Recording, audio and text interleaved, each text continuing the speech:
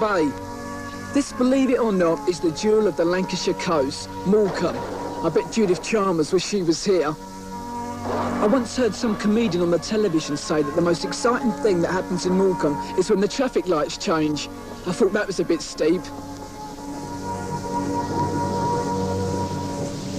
I mean, there's still the amusement arcade, and for the more active, you can go fishing.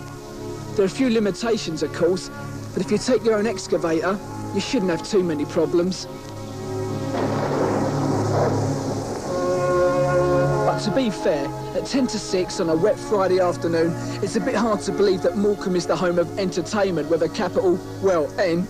I mean, their idea of fun seems to be find the cinema. But having spent the whole evening doing that, and as a result missing the pubs, there is one more thing to try out. For amazingly enough, if you toddle down to the end of the pier, you won't believe your ears. For Morecambe is the home of Northern Soul.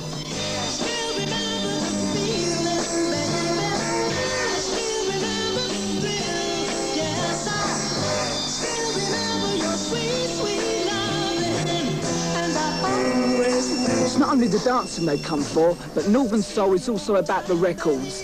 Some rare singles have been known to change hands here for as much as £1,000. In the past, it's been Stoke, Manchester, Blackpool and Wigan. Now it's Morecambe. The actual club itself is built up probably over a period of 11 months, going into our first anniversary coming up in April, of around an average of about possibly 100 people a week sending for memberships from literally all over the country, from as far away as the very, very tip of Scotland to Cornwall.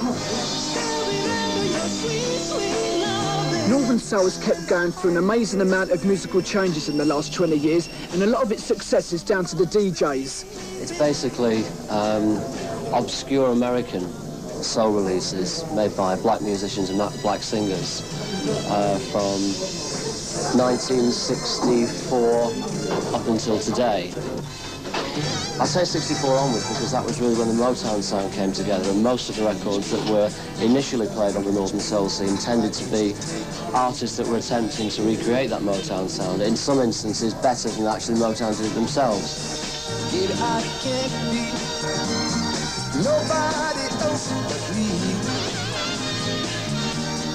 What interests me is why black American music that failed to get much airplay in the States should have created such a fanatical following in this country.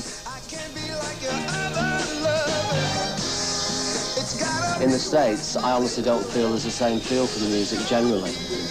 They've also got a lot more to take their attention stateside as well. Soul music over there is more of a way of life. Over here, it's always been basically by the media snubbed or belittled. It's only recently, for instance, that Radio 1 have got into having a regular soul show, as they have now. My ego really has come from making the record from nothing to widely accepted on the scene and seeing everybody enjoy it, and actually bringing it from total obscurity. I mean, the Pointer Sisters, in actual fact, was a record that was totally nothing and became an immense favourite throughout the UK, as did Willie Mitchell, the Champion.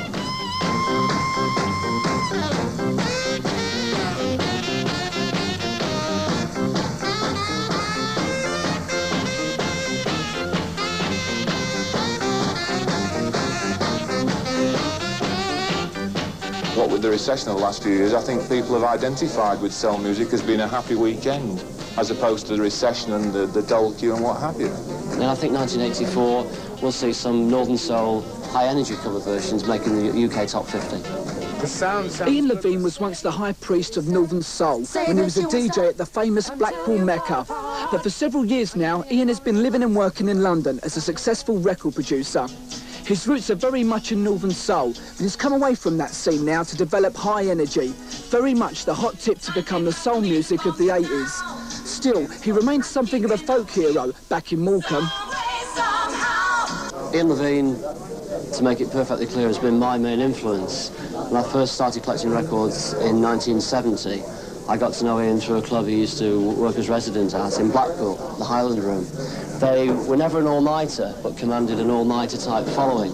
People would travel from all over the country, and Ian's taste, although admittedly he had access to the States before anybody else did to pick up the records, Ian's taste shone through there, and he influenced a lot of people like myself. My productions are brand new songs from 1984 with a 1984 sound, but musically and structurally I still think even those are a lot of